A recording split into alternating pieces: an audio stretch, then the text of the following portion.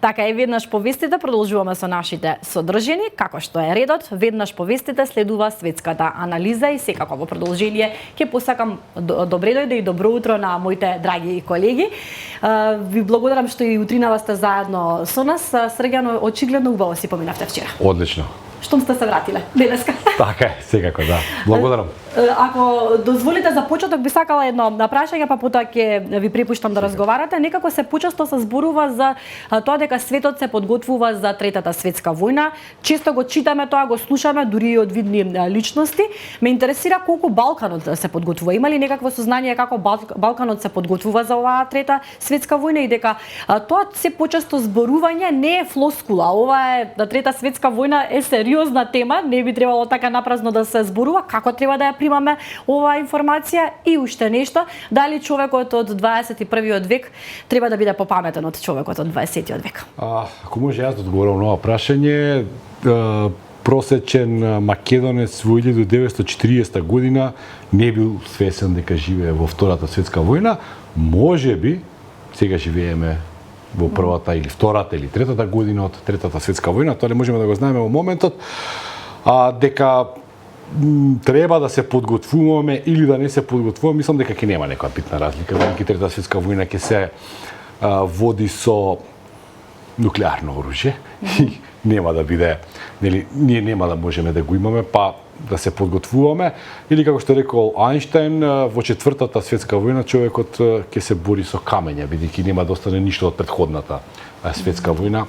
Затоа мислам дека само треба да се надеваме и верниците да се молат да не избие таа Трета светска војна. И јас би доодговорил дали регионот се подготвува за војна, па да ви посочам на колешката, ние одиме на чекор со светските, нели, трендови, бидејќи тоа е заложба на нашите политики, не само на Македонија, туку и на Балкан, така да, одиме и ние.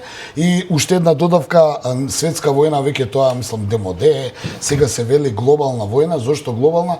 Бидејќи во светските војни, сите две претходни, имаше делови од светот каде што не беа зафатени од војна, не знам сега да не ги Самоа, сигурно немало војна, или не знам во Латинска Америка или било каде, а глобалната војна е буквално секаде да допре во светот. А што е војната? Војната е поради војната во Украина и Русија, или во Газа, нафта нема или бензин, па ќе се качат цените, па тие во Самоа ќе им поскапе лебот и млекото, така да генерално многумина паметни, попаметни од мене и Срđan одамна тврдат дека ние сме во војна и дека и добро, веројатно сме во војна. Многумина тврда дека сме веќе во Трета светска војна. Ако го земеме Ајнштајн го спомна онака дека се е релативно, онда релативно е дека сме во војна, а можеби и не сме. Така да ние сме новинари, само можеме да, пошто немаме можност многу да излегуваме, да одиме на настаните на лице место, можеме само да ги поанализираме вестите кои ни доаѓаат, да ги заанализираме и да кажеме наше мислење. Се разбира, понекогаш и погаѓаме, а понекогаш и тотално промашуваме. Па кога ќе земеме предвид дека и политичари ве промашуваат, нашето е помало зло. Благодарам. Фала. Андонович, утринава видов вести за масовно бомбардирање на разни украински локации во Украина, но и во Сирија, така има. Тоа ќе беше вест сама по себе во некои нормални околности на влезот на колешката у темите. Да, утринава Русија трета година поред која не ја гледам као вест, да ја ракетираше Украина на неколку точки. Она што е веста е дека на неколку точки одедношка масовен напад. Па и на Лвов беше, па дури има дека Полска е дигнала својата авиација, покренала како нели некоја превентива. Значи Украина е под масовна сигнал за опасност поради масовните ракетирања на руската армија врз неколку градови во Украина, нели поретко се гаѓа Киев, оние западни делови како што е Лвов и останатите, неве од утринава беа под опасност од воздушни напади. За сега, според извештаите, има една жртва во Киев. Градоначалникот на Киев, познатиот поранешен боксер Кличко, изјави дека Украинската противвоздушна одбрана урнала неколку од тие проектили, иако не ми е јасно како градоначалник коментира такви работи, сепак државата им е во војна, веројатно имаат таму локални војни гласноговорници, а исто така како што рече и ти и во Сирија, тоа е веќе некоја можеби вест, а тоа е дека Израел ракетира позиции во Сирија, што во нормални услови би се нарекло објава на војна. Сега тие две држави немаат дипломатски односи и можат така да се провоцираат едни со други, но генерално не е добро бидејќи ако приметуваш светот станува влегува во една тотална анархија бидејќи како на кој нешто му пречи така го гаѓа соседот, па овие помокните си имаат поголем би рекол адут дека смеат да ја гаѓаат Сирија, а дали Сирија смее да го гаѓа Израел, не знам бидејќи ако го гаѓа Израел, првен ќе добие ракети од Соединетите Американски држави, а второ во светот ќе биде обвината дека русите ја гаѓале Израел, па може да дојде до поголем конфликт. И она што може би е најинтересно во ова кршење на суверенитет на државите признаени од Обединетите нации, а тоа е и Украина, тоа е и Сирија, па е и Соединетите Американски држави, е алармот на Аљаска дека е забележан и регистриран руски борбен авион, воен авион, сега не знам од кој тип е, али разузнавачки во секој случај, па и Соединетите Американски држави над Аљаска морале да активираат својата авиација. Така да, сума сумарум, од утринава било интересно. Прашањето за Трета светска војна си е сосем на место. Зато велам, се е релативно, ти го спомна Ајнштајн, и тоа може најгенијалната формула која е измислена, а тоа е да, почната е и трае или не, ова не е војна. Зависи кој како љуби што велат да се поима целата состојба во светот. Докаде е сагата околу Залужни? Има ли нешто ново или се уште сме на можеби ќе стане амбасадор, а можеби не? Да, нема ништо ново, ние малце притиснавме со него, го направивме еден јак пиар и на него, и не само ние, туку гледаме и останатите, дали земале од нас или сме земале ние од нив, тоа не е ни толку важно. Важно е дека човекот го направивме и Ајзенхауер, го направивме и Де Гол, не знам, го направивме и Шерман, и сите оние големи, и Патон, сите оние буквално големи генерали. Генерали, но интересно е уште ова да кажеме во интерес на информирањето на ова е дека Србија бара воредна седница на Советот за безбедност и таа ќе биде поставена, ќе биде одржана утре. Тема е ова воведување на еврото и сфрлање на динарот како платежно средство на Косово, односно на делот во Косово каде што живее мнозинско српско население, кое пак има директна или финансиска поддршка и платен промет со Белград. Дигнато е алармот и тоа е она што можеби што е следна можеби невралгична фаза на регионот, дека тука може да дојде до некоја тензија, особено што Соединетите Американски држави интересно ја осудија постапката на Курти, но тоа е оној манир ние осудуваме и толку.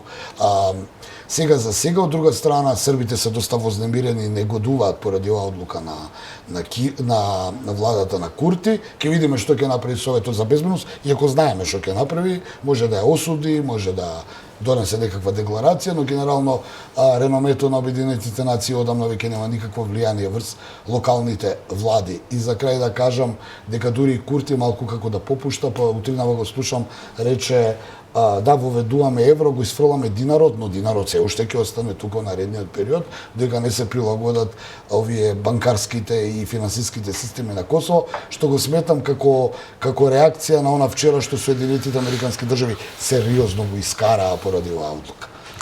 Добро, значи Курти ретерира во... Па ретерира, меѓутоа покажа дека знае да ретерира, па да се врати на старите. Да, инаку, да се надоврземе на првото прашање, и Србија и Косово така релативно го обновија својот арсенал. Да, тоа ми беше едно од прашањата што се случува на Косово, но веднаш ми се наметна уште едно прашање. Андунович, често пати зборувавме за тоа како одредени медиуми имаат поголемо влијание овде на овие простори, па и во други простори. И па сега Такер Карлсон, поранешниот новинар на Fox, најави дека ќе му направи интервју на Путин со цел дека американците многу малку знаат очигледно за војната во Украина. Тој се воодушеви од Москва, гледа. Тој веќе го направил, само не е објавено интервјуто. Така, пише на Твитер, така, него имаме видено ние. Дали ќе биде објавено на Твитер во наредните, не знам, можеби веќе денеска. Дали можеби ова ќе донесе некакви промени ова интервју? Ќе дознаеме ли можеби повеќе? Па не, самото интервју нема да донесе ништо спектакуларно во поглед на американската политика кон американскиот однос кон војната во Украина, но би можело да има влијание на наредните избори.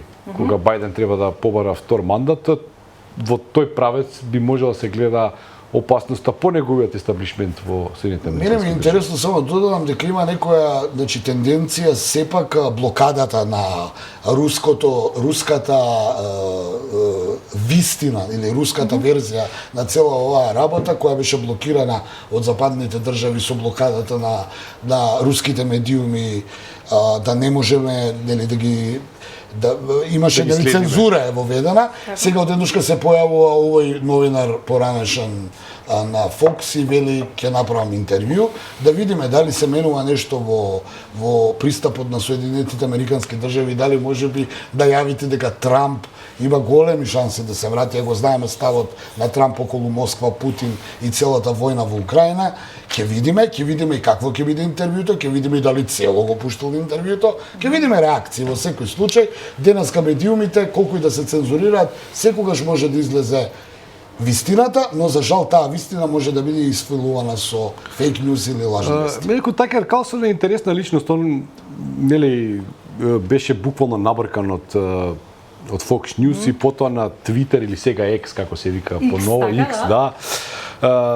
Има по стотици милиони прегледи на неговите настапи и дури се оди до таму дека можеби тој ќе биде подпредседателскиот кандидат на републиканците во комбинација со Доналд Трамп. Тоа е веќе известно дека Доналд Трамп ќе биде најверојатно кандидат на републиканската партија, така да ова можеби е дел и од неговата кампања. Да, не е ништо случајно, очигледно. Не, очигледно не е. Нема ништо случајно во светската политика, никад нема ништо случајно, само за крај на овој познато дека Трамп има одлични односи и релации со Владимир Путин, така да многу е за очекување доколку тој дојде, биде реизбран, повтор пат биде избран за председател, дека војната веројатно и набрзо ќе заврши. Како и што И тоа на штета на Украина, тоа не треба да се крие. Да, и како што неколку пати самиот тој го нагласи дека тоа категорично ќе биде така. Благодарам што бевте утринава заедно со нас. Утре се гледаме секако веднаш повестите заедно со вас. Во продолжение го пречекуваме нашиот прв гостин за денеска. Се работи за колегата Џабир Дерала. Со него ќе разговара мојот колега Зоран Иванов. Тие ќе зборуваат на темата во предизборие сме, ќе зборуваат за изборите, ќе зборуваат за граѓанските права и за сите дезинформации кои што се случуваат за време на предизборието. Затоа останете заедно со нас.